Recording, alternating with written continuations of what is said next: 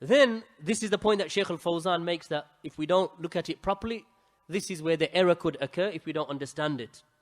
He said, and anyone who agrees with him upon that error and proceeds along with him upon that error, whilst knowing his error, then he is destroyed. Who is destroyed? That you know that alim made a mistake. You know, the dalil has come to you that my shaykh is wrong. In this particular issue, he's wrong. He's an alim, but he's wrong in this error. But you still want to follow him in his mistake after knowing his mistake, then you are destroyed. He isn't. You are. Why? Because what's his foundation? Kitab, Sunnah, Sahaba. What's your foundation? My shaykh said. So your foundation is not the same as his foundation. Is that clear, ya ikhwan? That issue should be very clear in our minds. That even when we follow an alim, but we know that the alim is wrong in his ijtihad. We know he is wrong in it, and we have the tools to recognize that he's wrong. Not just because from my hawa, khalas, he's wrong. No. That you have the tools to recognize truth from falsehood. You have the tamyiz, or you have the furqan. Then you continue to follow your alim in his mistake. Now you are destroyed whilst he is rewarded. And that is possible. Like for example, Abu Hanifa rahimahullah ta'ala. Imam Abu Hanifa, who died in the year 150 after the Hijrah. From the scholars of Kufa. Imam Abu Hanifa rahimahullah, he held a position in the issue of Iman. The ta'rif of Iman, or the definition of Iman, is something that is established in the Kitab and the Sunnah by the ijma of the Sahaba and the Tabi'een. Something agreed upon. The Iman is qawlun wa amalun. The Iman is speech and it is action. As the Salaf used to say. And they used to say that it increases. Yazidu bit ta'ah. That it increases with obedience and it decreases with the ma'asiyah, with sin. Increases with obedience, decreases with disobedience. This is the position of the Imams of the Salaf. So here we have the definition of Iman. It is speech and it is action. It increases and it decreases. This is the definition of Iman. What do we mean by speech? Speech of the tongue and speech of the heart. How does the heart speak? By having the knowledge of what it means to believe in Allah and the angels and the books and the messengers and so on and so forth. This is the speech of the tongue, of the heart. Speech of the tongue, the kalima la ilaha illallah. It is the highest level of Iman.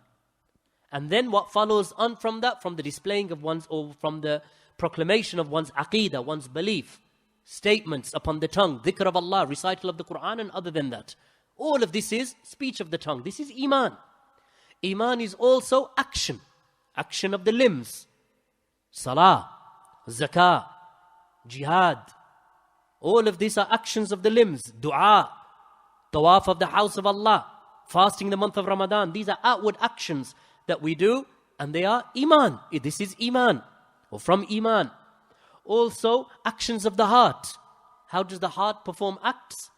The heart performs acts by loving, fearing, hoping, having terror. All of these are from the actions of the heart. So those things that the heart acts upon because it has knowledge of Allah. It knows Allah, so it loves Allah.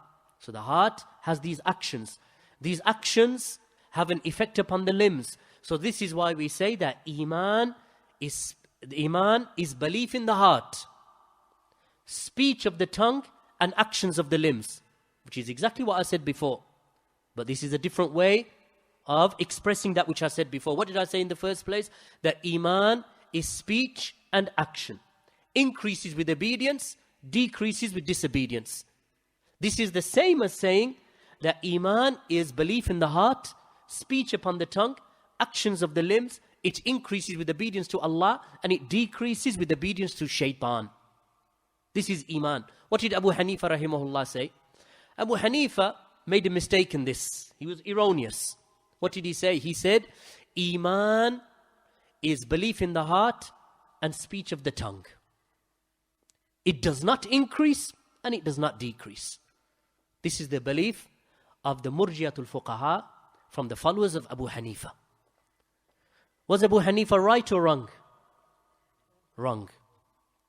He was wrong actually in an issue of Qaaidah, because the knowledge of Iman, or what is Iman, is an issue of belief. It is an issue of Qaaidah, of creed. So Abu Hanifa rahimahullah made a mistake here. What do we say about Abu Hanifa? We say in this mistake, this was from his ijtihad, or of something that he heard. He strived to reach the truth, and he was mistaken. So for him, one reward due to his mistake, insha'Allah. Understood? Those ulama who taught this correctly, and they came to the right conclusion, based upon the clear text of the Quran, clear text of the Sunnah, clear understanding of the Sahaba, for them there is 2 rewards. And in this issue, we do not tolerate differing. We don't tolerate differing in the issue of Iman. We don't say, well, it's an issue of ijtihad, you can follow Abu Hanifa and I'll follow the rest of the ummah. No. We say Abu Hanifa was wrong in this. Why? Because this is an issue of the fundamentals of the religion. But Abu Hanifa rahimahullah, because of where he lived and because of who he was surrounded by, he was surrounded by Mu'tazila, Jahmiya, Murji'ah. They were surrounding him in his era. It's not a time now where you have printing presses and you have email and you can send messages. He was in Kufa, far away from Medina. And many of the scholars that they used to say, do not follow Abu Hanifa in this particular issue. Don't follow him. In fact, Shaykh Abdul Aziz ibn Baz, rahimahullah, in his ta'liqat of the Aqidah of Imam al-Tahawi, Imam ibn Baz, rahimahullah, he has some notes. And in this issue, when it comes to the issue of Iman, Shaykh Abdul Aziz bin Baz, he is very stern upon this issue. He said, no, this is wrong. The Hanafis, the Murji'atul Fuqaha, from those who followed Abu Hanifa, they are wrong in this issue. So, what do we say about Abu Hanifa? One reward, insha'Allah, for his